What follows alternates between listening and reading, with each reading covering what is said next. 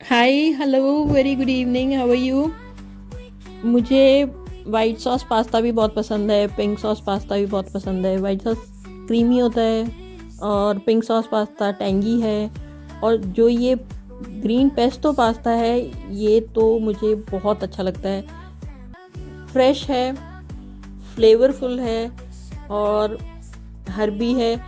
इसके जो इंग्रेडिएंट्स हैं वो हैं बेसिल लीव्स, और इसमें वैसे चिलगोज़े पड़ते हैं पर वो बहुत एक्सपेंसिव है, इसलिए मैंने इसमें कैश्यू डाले, थोड़ा सा लहसुन डाला और फ्रेशली ग्रेटेड जो है पामेजरन चीज़। इसमें और कोई चीज़ अच्छा नहीं लगता, मोज़रेला या प्रोसेस वो अच्छा नहीं लगेगा, पामेजरन चीज़ ही पड़ता है। फिर इसमें थोड़ी सी काली मिर्च, बिल्कुल थोड़ा सा नींबू और ऑलिव ऑयल ज़्यादा पड़ेगा।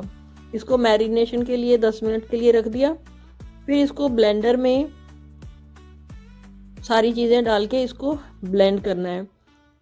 ध्यान रहे, एक तो इसको ब्लेंड करने के टाइम पानी बिल्कुल भी नहीं डालना, मिक्सी नहीं चल रही तो उसमें ऑयल और डालना है पर पानी नहीं। इसकी कंसिस्टेंसी ये होनी चाहिए, चटनी नहीं बनानी पतली सी। अब एक पैन में थोड़ा सा ऑलिव ऑयल डाल के उसको गरम कर लिया। इसमें चेरी टोमेटोज़ को थोड़ी एक आधे मिनट के लिए बस सौते किया और इसमें फ्रेशली बॉइल्ड जो पास्ता है, पेने पास्ता जो है वो यूज़ करना है, वो डाला। जब पास्ता बॉईल करें तो उसमें नमक बहुत डालें। अब इसको ऐसे स्टर कर लिया, मिक्स कर लिया सब कुछ, और इसमें मैंने होममेड पेस्टो है वो डाली। इसको डाल के फिर से स्टर किया।